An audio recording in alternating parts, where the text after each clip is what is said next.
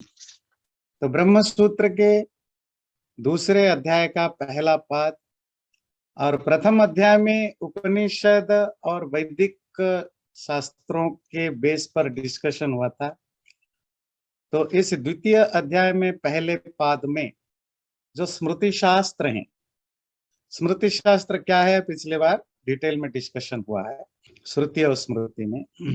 तो स्मृति शास्त्रों के आधार पर अपनी बातों को रखने की कोशिश कर रहे हैं महर्षि बादरायण, और उसमें भी जहां जहां ऐसा लगता है स्मृति शास्त्रों के साथ कहीं कॉन्ट्रडिक्शन हो तो उसको वो क्लैरिफाई कर रहे हैं। वेदांत का जो अभी तक जो टॉपिक डिस्कशन हुआ है कि ब्रह्म जो है संसार का कारण है, परमात्मा संसार का कारण। कौन सा कारण है इस पर डिस्कशन चल रहा है। एफिशिएंट कॉज है, मटेरियल कॉज है, निमित्त कारण है, उपादान कारण है, या दोनों है। और ब्रह्म सूत्र का जो पक्ष है उसकी ब्रह्म कारण है, निमित्त कारण है, प्रकृति जो है वो मटेरियल कॉज है। तो जहां जहां उनको ऐसा विरोध होने का आभास होता है, it seems like there is something contradiction, उसको वो क्लैरिफाई कर रहे हैं। तो पिछली बार सूत्र में सांख्य दर्शन का जो सिद्धांत है, प्रकृति ही कारण है संसार का, मटेरियल यूनिवर्स का, तो वो कहीं कॉन्ट्रडिक्ट करता है। उसको क्लैरिफाई करने के लिए पिछले सूत्र में डिस्कशन हुआ कि नहीं, वो कॉन्ट्रडिक्ट नहीं करता, वो प्रकृति उपादान कारण के रूप में उनका फोकस रहा है, न कि ब्रह्म के जगह प्रकृति को यूज किया। और न केवल सांख्य सूत्र, अभी तो और भी बहुत सारे जो स्मृति शास्त्र हैं, उपनिषद शास्त्र है, वहां भी प्रकृति का रेफरेंस आया है, इसलिए कोई कॉन्ट्रडिक्शन नहीं। आज उसी की कंटिन्यूटी में चलेंगे। अगला सूत्र, इतरेषां चानुपलब्धेः। इतर शास्त्रों का मीन्स जो दूसरे लिटरेचर स्क्रिप्चर्स हैं उनमें भी कोई कंट्राडिक्शन नहीं है। अनुपलब्धेः, अनुपलब्धि, देयर बीइंग नो मेंशन, उन शास्त्रों के साथ भी ब्रह्म सूत्र का किसी भी तरह का कॉन्ट्रडिक्शन की उपलब्धि या मेंशन नहीं हो रहा है। दूसरे और कौन शास्त्र रह गए? पिछले बार तो हमने महर्षि कपिल का सांख्य सूत्र की चर्चा की, तो इसमें और कौन से शास्त्र रह गए? जैसे गौतम स्मृति मीन्स गौतम ऋषि के द्वारा लिखे गए जो न्याय दर्शन है, फिर कणाद ऋषि के द्वारा लिखे गए वैशेषिक दर्शन, जिसको आप कणाद स्मृति कह सकते हैं या वैशेषिक स्मृति कह सकते हैं, इनमें भी किसी तरह का कोई कॉन्ट्रडिक्शन को भाव नहीं रखना चाहिए। तो इसमें बेसिकली कणाद ऋषि का वैशेषिक दर्शन का डिस्कशन आता है। जैसे सांख्य में महर्षि कपिल सृष्टि से पहले की क्या सिचुएशन थी, प्रकृति से कैसे पार्टिकल्स इवॉल्व होते गए, और जो तन्मात्रा अर्थात स्थूल जगत की उत्पत्ति जिन 5 बेसिक एलिमेंट से हुआ, पृथ्वी आपस तेज वायु आकाश आदि, उन 5 तत्वों की जो शटल एलिमेंट है, जो सूक्ष्म परमाणु है, यहां तक वो डिस्कशन चल रहा है। वैशेषिक दर्शन वो जो स्थूल जगत के 5 बेसिक तत्वों के आधार पर जो संसार बना, मेनली उसी के बारे में बात करता है। विशेष उसका नाम वैशेषिक इसीलिए है क्योंकि वहां इस संसार का मटेरियल वर्ल्ड की जो स्पेसिफिक एलिमेंट है, वो किसी भी तत्व का जो स्पेसिफिकनेस है, जो विशेषता है, उन चीजों की चर्चा करता है। इसी तरह न्याय और दूसरे दर्शन में भी किसी तरह का कोई कॉन्ट्रडिक्शन नहीं है।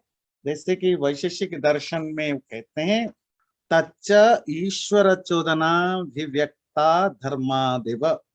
वैशेषिक दर्शन के प्रशस्त पाद भाष्य, जो वैशेषिक दर्शन का सबसे प्रमुख भाष्य है, जो इम्पोर्टेंट इंटरप्रिटेशन है प्रशस्त पाद आचार्य का, तो वो लिखते हैं कि वो परमात्मा की चोदन प्रेरणा से अव्यक्त से व्यक्त की उत्पत्ति होती है। इसको ध्यान से समझिएगा। परमात्मा इंस्टिगेटर है, इंस्पायरर है, प्रेरक है। और वो प्रेरणा किसको करता है? अव्यक्त को। अव्यक्त की लिटरेरी मीनिंग अनमैनिफेस्टेड मैटर को, जिसको आप प्रकृति या प्रधान कहते हैं। तो परमात्मा उसकी प्रेरणा से, परमात्मा की प्रेरणा से उस अव्यक्त अनमैनिफेस्टेड फॉर्म से व्यक्त मैनिफेस्टेड फॉर्म की उत्पत्ति होती है। सिंपल है, परमात्मा का भी रोल है। सो वैशेषिक भी वेदांत दर्शन को कॉन्ट्रडिक्ट नहीं करता। और अव्यक्त जो प्रकृति है, प्रकृति से सृष्टि होती है, मैटेरियल काज। सो इसीलिए उन शास्त्र, दूसरे शास्त्रों में भी हमारा कोई कॉन्ट्रडिक्शन नहीं है। चलिए अगला सूत्र कहता है, एतेन योगः प्रत्युक्तः। इससे, ये जो हमने पिछले 2 सूत्रों में डिस्कशन किया, सांख्य दर्शन और जो दूसरे दर्शन आदि, उन दोनों सूत्रों के द्वारा योग का भी चर्चा हो गई। योग के बारे में भी जो कन्फ्लिक्ट था उसको भी रिफ्यूट, प्रत्युक्त का मतलब रिफ्यूट, खंडन कर दिया। खंडन क्या, योग का क्या खंडन हो गया कि योग में भी कोई कंट्राडिक्शन नहीं है योग दर्शन का। ये बात भी हमने इसी दोनों सूत्रों के आर्गुमेंट के द्वारा उसको भी खंडन कर दिया, रिफ्यूट कर दिया। ध्यान रखिए, पतंजलि का योग दर्शन में सृष्टि प्रक्रिया के बारे में, कॉस्मोलॉजी के बारे में अपना कोई विचार नहीं है। पतंजलि योग दर्शन का जो सृष्टि के बारे में जो उनका विचार है, जो थॉट है, वो सांख्य दर्शन का है। जो सांख्य में सिद्धांत पक्ष है, योग दर्शन उसी पक्ष को मानता है। क्यों नहीं है आप पूछेंगे? क्योंकि हर दर्शन का अपना एक फोकस्ड पॉइंट होता है, सेंट्रल पॉइंट होता है। और पतंजलि योग दर्शन का मुख्य विषय है रियलिटी को कैसे एक्सपीरियंस किया जाए। जो जो जो रियलिटी है, जो सत्य है, आत्मा और परमात्मा, उनको जानने का तरीका क्या है, उनको रियलाइज करने का क्या तरीका है, कैसे जाना जा सकते हैं, उस पर वो ज्यादा फोकस करते हैं। उसमें माइंड कैसे फंक्शन करता है, ह्यूमन नेचर कैसा होता है, उसको कैसे कहाँ कैसे समझें कि हमारी जो ह्यूमन साइक कैसे काम करता है, साइक को कंट्रोल करना है तो कैसे करने की जरूरत है। इन सब चीजों पर डिस्कशन है। परमात्मा का थोड़ा रेफरेंस है, प्रकृति का भी थोड़ा रेफरेंस है, और बहुत माइनर रेफरेंसेस है। क्योंकि योग दर्शन का जो सिद्धांत पक्ष है, जो थ्योरी साइड है, वो सांख्य ही है।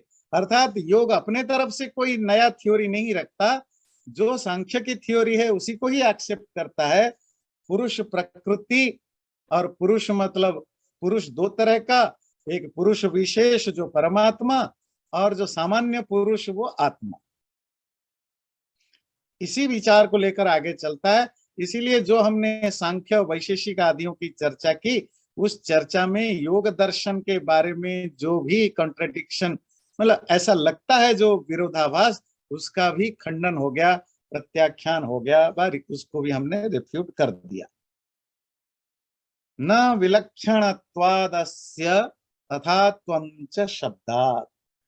विलक्षण न होने के कारण से अस्य तथात्वम न, ब्रह्म का स्वभाव और जो मैटेरियल वर्ल्ड का स्वभाव एक दूसरे से कॉन्ट्राडिक्ट करते हैं, बिल्कुल कॉन्ट्ररी नेचर होने के कारण से ब्रह्म संसार का, मैटेरियल वर्ल्ड का मैटेरियल कॉज नहीं है। तथात्वम अगर होता तो फिर ये जो जड़ जगत है, जो मैटेरियल वर्ल्ड है, वो भी परमात्मा जैसा ही होता। और तथात्वम च शब्दात्, ऐसा शब्द में भी, शब्द के द्वारा भी प्रमाणित होता है। शब्द मतलब श्रुति प्रमाण से भी ये प्रमाणित होता है। संसार का मैटेरियल काज, उपादान कारण ब्रह्म नहीं हो सकता। क्यों? विलक्षणत्वात्, विलक्षण अपोजिट नेचर। जो नेचर मैटेरियल वर्ल्ड का है और जो नेचर ब्रह्म का है, दोनों में कोई सिमिलैरिटीज नहीं दिखता। तो सिमिलैरिटीज दिखना जरूरी है। हाँ, ये भी लॉ ऑफ नेचर है। क्या? जो भी रॉ मटेरियल होता है या मटेरियल कॉज होता है, उसका जो इफेक्ट या रिजल्ट, जो चीज बना हुआ होता है, दोनों में बेसिक चीजें समान होते हैं। वो मिट्टी से बना हुआ कोई भी चीज हो, वो घड़ा हो, ग्लास हो, घर हो, झोपड़ी हो, कुछ भी हो, उसकी जो नेचर है उसमें कोई चेंज नहीं होता। दोनों मिट्टी का और मिट्टी के बने हुए चीजों के नेचर में हमेशा एक जैसापन रहता है। सोना, गोल्ड, सुवर्ण और सुवर्ण से बने हुए चीजें, अर्थात जो गोल्ड एंड जो गोल्डन थिंग्स होते हैं, ऑर्नामेंट्स होते हैं, इयररिंग हो, है ना, नोज रिंग हो, नेकलेस हो, उनमें बाहरी एक्सटर्नल फॉर्म में चेंज हो सकता है, क्योंकि ये बहुत डिजाइंड है और गोल्ड जो है वो तो पत्थर है। पर उनकी जो प्रकृति है, जो प्रॉपर्टीज है, जो नेचर है, उसमें चेंज नहीं हो सकता। ये हमेशा एक रहेंगे। अगर परमात्मा मैटेरियल काज होता संसार का, तो परमात्मा में जो भी नेचर है, प्रॉपर्टी है, मतलब गुण, धर्म, स्वभाव है, वो सब मैटेरियल वर्ल्ड में दिखता। पर ऐसा नहीं दिखता, विलक्षण है। वो उनका नेचर एक दूसरे से कॉन्ट्राडिक्ट करता है। ब्रह्म चेतन स्वरूप है, चैतन्य है, और जो संसार है वो अचेतन है, अनकॉन्शियस है। ब्रह्म चेतन जहां होता है वहां ज्ञान, नॉलेज होता है, क्योंकि चेतन इसके कारण से ही, कॉन्शियसनेस होने से ही जो नॉलेज है, कॉग्निटिव एबिलिटी है, वो आती है। जो जानने की एबिलिटी, वो सिर्फ और सिर्फ चेतन के कारण से आता है। अगर ब्रह्म से संसार पैदा हुआ होता, तो संसार भी जानने की एबिलिटी रखता, मैटेरियल वर्ल्ड में भी जानने की एबिलिटी होता। तो पहले चीज है, ब्रह्म कॉन्शियस है, चेतन है, संसार नहीं है। चेतन होने के कारण ब्रह्म में ज्ञान की पॉसिबिलिटी है, पोटेंशियल है, और मैटेरियल वर्ल्ड में ज्ञान की कोई जीरो पोटेंशियल है, जानने की जीरो पोटेंशियल है। तीसरी चीज है, मैटेरियल वर्ल्ड से ये अनकॉन्शियस है, और प्लेजर, पेन एंड इन्फैचुएशन, वो इन सब चीजों से वो कंप्राइजेस जुड़ा हुआ होता है। परमात्मा शुद्ध स्वरूप होता है, इन सब से ऊपर होता है। तो अगर परमात्मा को मैटेरियल कॉज मानेंगे, तो फिर संसार में वो मैच नहीं कर रहा है, विलक्षण हो रहा है, कॉन्ट्राडिक्ट कर रहे हैं नेचर। इसीलिए ब्रह्म को नहीं मान सकते, तो प्रकृति ही होगी।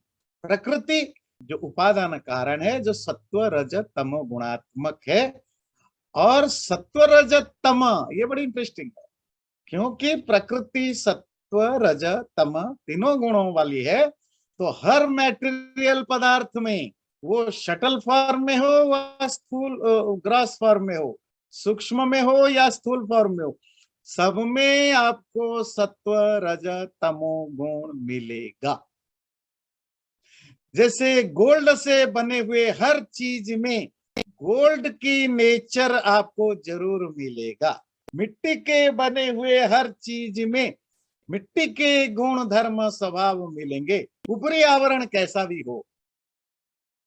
जैसे सोने से आप लाखों तरह की चीजें बना सकते हैं, एक दूसरे से अलग होगा।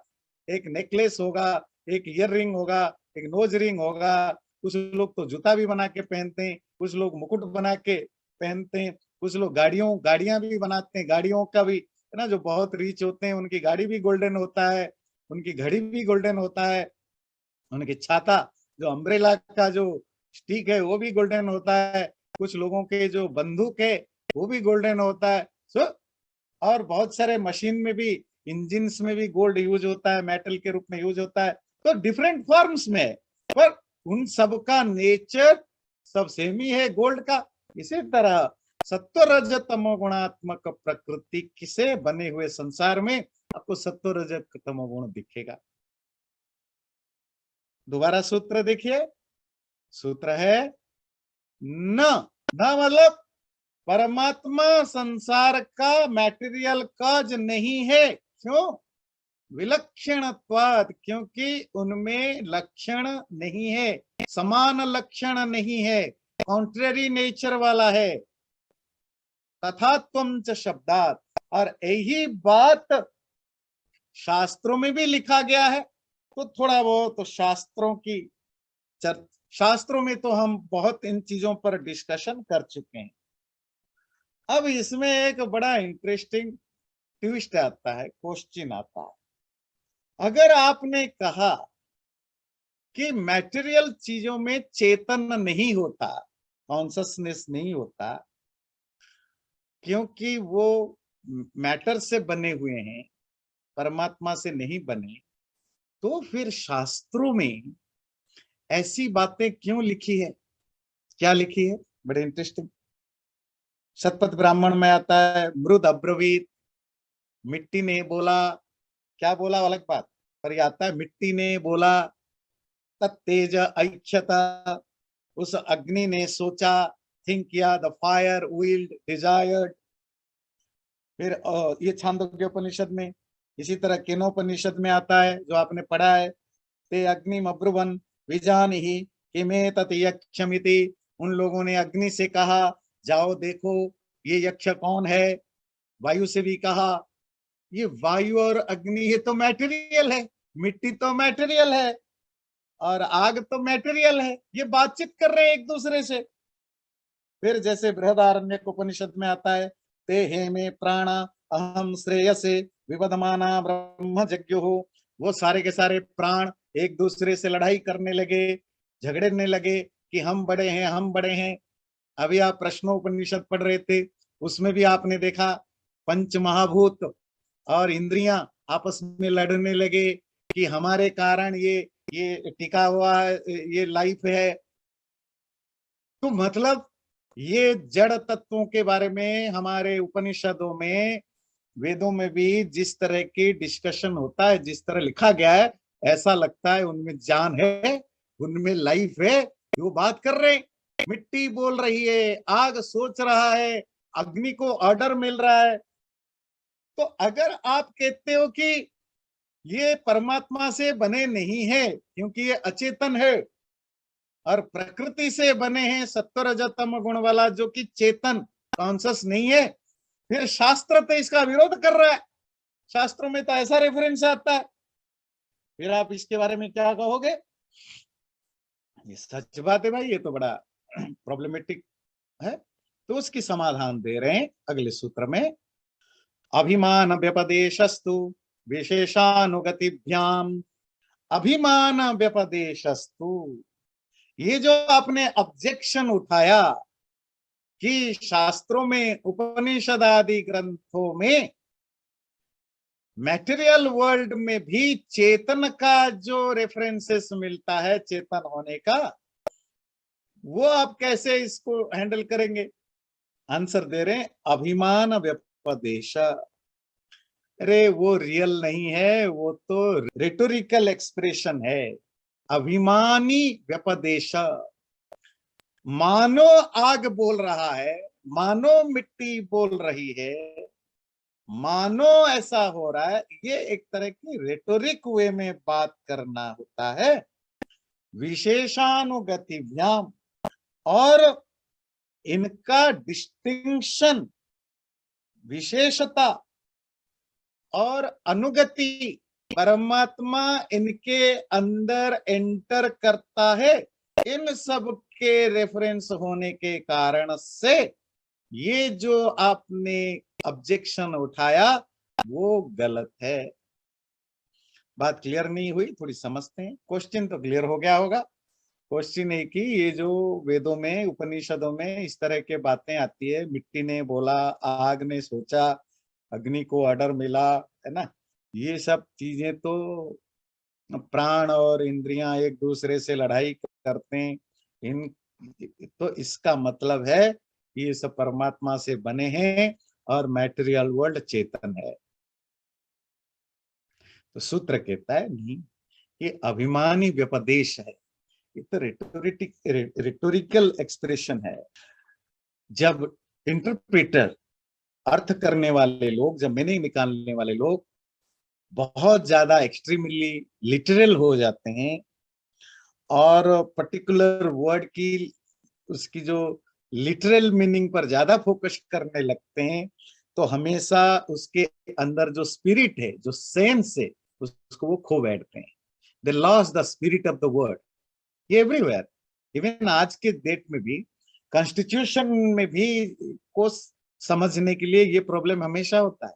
तभी दुनिया में सब देशों में सुप्रीम कोर्ट का ये जिम्मेदारी होती है to to interpret the constitutional जो कॉन्फ्लिक्ट है। अलग अलग लोग जब कॉन्स्टिट्यूशन को या लॉ को कोट करके अलग अलग इंटरप्रेट करते हैं, तो कोर्ट वहां आता है उसकी रियल इंटरप्रिटेशन को पकड़ने के लिए। तो लोग क्या इंटरप्रेट करते हैं? लोग जनरली लिटरल मीनिंग लेने की कोशिश करते हैं, शब्द पर जाने की कोशिश करते हैं, और कोर्ट हमेशा स्पिरिट को पकड़ने की कोशिश करता है। और ये हमेशा होता है, ये मॉडर्न लॉज में भी होता है, रूल्स में भी होता है, रेगुलेशंस में भी होता है, कॉन्स्टिट्यूशन में भी होता है। ये यूनिवर्सल चीजें हैं। हजारों साल पहले भी ये चीज थी, आज भी ये है। कोई व्यक्ति जब कोई बात करता है, आप उसकी स्पिरिट को समझें, न कि लिटरल मीनिंग को समझें। जब शास्त्र कहता है मिट्टी ने बोला, आग ने सोचा, इसका अर्थ ये नहीं है कि आग सोचता है, मिट्टी बोलता है। आपने पंचतंत्र और हितोपदेश की कहानियां पढ़ी है कभी? आजकल तो हर लैंग्वेज में भी मिलता है, इंग्लिश में भी, दुनिया की हर लैंग्वेज में पंचतंत्र और हितोपदेश की कहानियां मिलती है। उसमें सारे जानवर है, all are the animal characters, और वो एक दूसरे को बोलते हैं। बिल्ली बूढ़ा हो गया, अब शिकार नहीं कर पाया, तो बिल्ली ने कहा कि मैं बाबा सन्यासी बन जाऊंगा। तो बिल्ली सन्यासी बन गया। मछलियों से कहा, मछलियां आप तो शिष्य बनो, देखो परमात्मा एक ही है, संसार वैराग्य से भरा है, क्या रखा है ये संसारिक चीजों में। ब्रह्म ज्ञान देने लगा तो मछलियां बिल्ली के पास आए, बिल्ली को गुरु बनाया, बिल्ली ने उनको ब्रह्म ज्ञान दिया। तो क्या सचमुच बिल्ली सन्यासी हो गया, मछलियों ने ब्रह्म ज्ञान लिया? ये स्टोरी है। ये उपनिषद भी इसी टाइप की भाषा ज्यादा यूज करता है। जो फिलोसफी होते हैं या फिलोसफिकल जो स्टेटमेंट होते हैं या टेक्स्ट होते हैं, they are all based on reasoning. वो उनकी हर बात रीजनिंग लॉजिक के बेस पर होता है, उनमें रीजनिंग और लॉजिक सुप्रीम होता है। पर जो लिटरेचर होते हैं, जो बाकी लिटरेचर, उसमें सेंटिमेंट और या इमोशन जो कहेंगे, वो ज्यादा डोमिनेट करता है, जो पोएट्री होते हैं। और उपनिषद जो लिखे गए हैं, इवन वेद भी पोएटिकल वे में लिखे गए हैं। वो एक काव्य के रूप में लिखे गए, जिसमें मोस्ट ऑफ बातें जो है रेटोरिक एक्सप्रेशन है। ऋषि लोग कौन होते हैं? इनोसेंट होते हैं, बहुत ज्यादा उनको संसार की चीजों से कोई ज्यादा लेन देन नहीं है। अपने आप को जंगलों में या गुफाओं में अकेले में रख करके स्पिरिचुअल प्रैक्टिस या साधना करते दुनियादारी से बहुत दूर रहते हैं। जो उनको रियलाइजेशन हुआ, उन्होंने उसको बता दिया। और पोएटिक वे में जो लिखे जाते हैं, वहां इमोशंस और सेंटिमेंट बेस्ड होता है, न कि हर चीज को बिल्कुल लॉजिकली बात करने के वे में होता है। तो हमें जो समझना है, जो मोड ऑफ एक्सप्रेशन है, ये जो मिट्टी ने कहा, आग ने सोचा, 5 महाभूत एक दूसरे से फाइट करने लगे, वो सिर्फ और सिर्फ एक रेटोरिक एक्सप्रेशन है, उसका कोई और मीनिंग नहीं होना चाहिए। ये जो लोग एक्सट्रीमली लिटरल मीनिंग पर चले जाते हैं उनके लिए प्रॉब्लम होता है, नहीं तो विशेष अनुगतिभ्याम, विशेष कहते हैं स्पेशल कैरेक्टराइजेशन, जो स्पेसिफिक किसी चीज की कैरेक्टराइज किया जाता है, और जो अनुगति, जो उसके अंदर प्रवेश करना, अनुप्रवेश करने के, ये दोनों भी समझने की जरूरत है। जो हमारे शास्त्रों में लिखा गया है कि परमात्मा सारे संसार को बनाता है और उसी के अंदर प्रवेश कर जाता है। तदि यदिदं किंच तत्सृष्ट्वा तदेव अनुप्रविशत्, तैत्तिरीय उपनिषद। परमात्मा ने सारे संसार को बनाया, बनाने के बाद उसी के अंदर प्रवेश कर गया। वो आपके हृदयम अनुप्रविशत्, हृदय में भी अनुप्रवेश किया। जब भी अनुप्रवेश या प्रवेश समझते हैं, एंटरिंग, जब एंटरिंग की बात होती है ना, जो एंटर करता है वो डिफरेंट होता है, और जिसके अंदर एंटर करता है वो दूसरा ही होता है। और एंटरिंग जो होता है वो चेतन का काम होता है, कोई जड़ वस्तु एंटर नहीं करता। परमात्मा एंटर करता है किसमें? जिसको उन्होंने बनाया इस संसार में। दूसरी चीज जो है विशेष, हर चीज की डिस्टिंक्शन बनाया गया है उनको, कि ये अलग है, ये अलग है। जैसे तैत्तिरीय उपनिषद में आता है विज्ञानम च विज्ञानम च, there are 2 types of thing in this world. दुनिया में 2 तरह की चीजें हैं, एक विज्ञानम है, विज्ञान मतलब नॉलेज, चेतन। दूसरा अविज्ञानम, अचेतन, नॉलेजलेसनेस। एक जड़ है, एक चेतन है। और इसके लिए सैकड़ों एग्जाम्पल, सैकड़ों रेफरेंसेस हमारे शास्त्रों में है कि कैसे संसार में ये 2 चीजें अलग अलग बनाए गए हैं। तो इससे, क्योंकि शास्त्रों में जड़ और चेतन को अलग अलग स्पेशल कैरेक्टर के रूप कैरेक्टराइज किया गया है, क्योंकि शास्त्रों में परमात्मा को प्रवेश करने का भी रेफरेंसेस मिलता है, और क्योंकि शास्त्रों में जो जड़ वस्तुओं को बोलने, बात करने, झगड़ने की जो रेफरेंस होता है, वो अभिमानी, क्या शब्द है उसके लिए, अभिमान व्यपदेश, रेटोरिक एक्सप्रेशन है। इसीलिए ये उसके कंक्लूजन निकालना गलत है कि मैटेरियल वर्ल्ड चेतन है। दृश्यते तु, दृश्यते तु। और ऐसा देखा भी जाता है, जो आर्गुमेंट उन्होंने दिया कि वेद और उपनिषदों में ये जो कहा गया, मिट्टी बोलती है, आग सोचता है, इस तरह के ये डे टू डे लाइफ में भी देखे जाते हैं। We can see it even in our normal life. Even the literature, those who are not spiritual or philosophical, रोजमर्रा बातचीत में भी हम ऐसा देखते हैं। आम लिटरेचर, साहित्यों में भी इस तरह की चीजें हम देखते हैं। जैसे वृष्टि राजिगमिष्यति, वृष्टि राजिगमिष्यति, बारिश सोच रहा है कि मैं आऊं। The rain desires to come, it means it is going to rain. अब कोई कहे वृष्टि ही भविष्यति, there will be rain, और rain is coming। उसको कोई दूसरे ढंग से भी बोलता है, वृष्टि राजिगमिष्यति, मतलब वृष्टि इज डिजायरिंग टू कम। एक दूसरा एग्जाम्पल है, कुलम पिपतिष्यति, the bank wants to fall, किनारा टूटना चाहता है, it means the bank is going to collapse. पानी फ्लड आने लगा, रिवर में पानी नदी में बढ़ने लगा। एक व्यक्ति ने दूसरे को कहा, देखो लग रहा है कि किनारा टूटने वाला है। उन्होंने ऐसा नहीं बोला, उन्होंने बोला किनारा बोल रहा है कि मैं टूट रही हूं, है ना। किसी ने बोला देखो बारिश आ रही है, उसने बोला, दूसरे ने ऐसे नहीं बोला, दूसरे ने बोला बारिश आने को तैयार हो रही है Rain is preparing herself to come. यहाँ बोलते हैं Guruji, is threatening to rain. Yeah, it's threatening to rain. देखिए अब रेन कैसे थ्रेटन करेगा आपको? But this is the way people talk. So अभी 10 मिनट भी सोचेंगे, आप जितने भी भाषा जानते हैं, अंग्रेजी, हिंदी, जो भी, आपको ऐसे सैकड़ों एग्जाम्पल मिलेगा जो इसी टाइप की बातचीत होती है. पर बारिश कभी थ्रेटन नहीं कर सकता, बारिश कभी इच्छा नहीं कर सकता. और आपको पंचतंत्र हितोपदेश का तो एग्जाम्पल हमने अभी अभी अभी दिया ही है.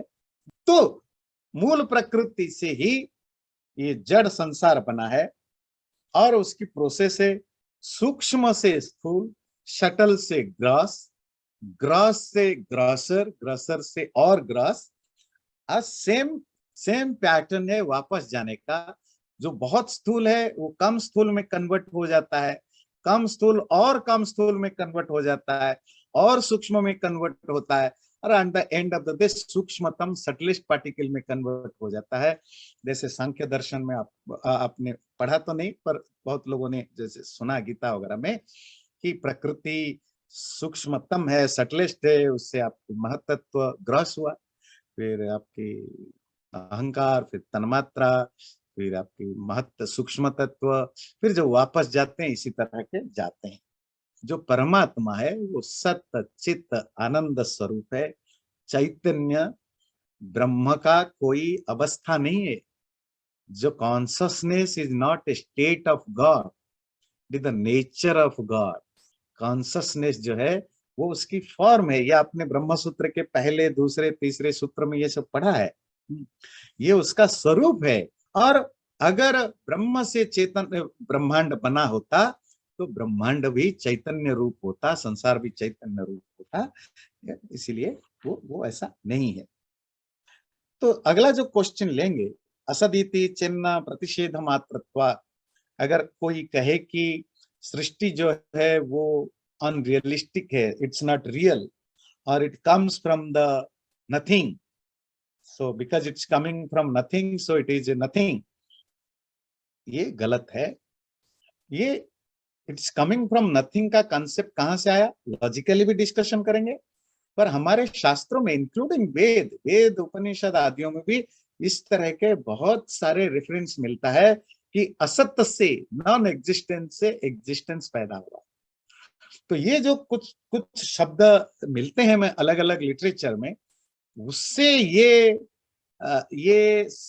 लगता है, इट सीम्स दैट कि हमारे शास्त्र भी, वेदादि शास्त्र भी कहीं ऐसा तो नहीं मानते हैं कि ये जो whole world it comes from nothing. तो उस बात को डिस्कशन करने के लिए अगला चर्चा होगी. चैनल को सब्सक्राइब जरूर करें और वीडियो अच्छा लगे लाइक भी जरूर करें.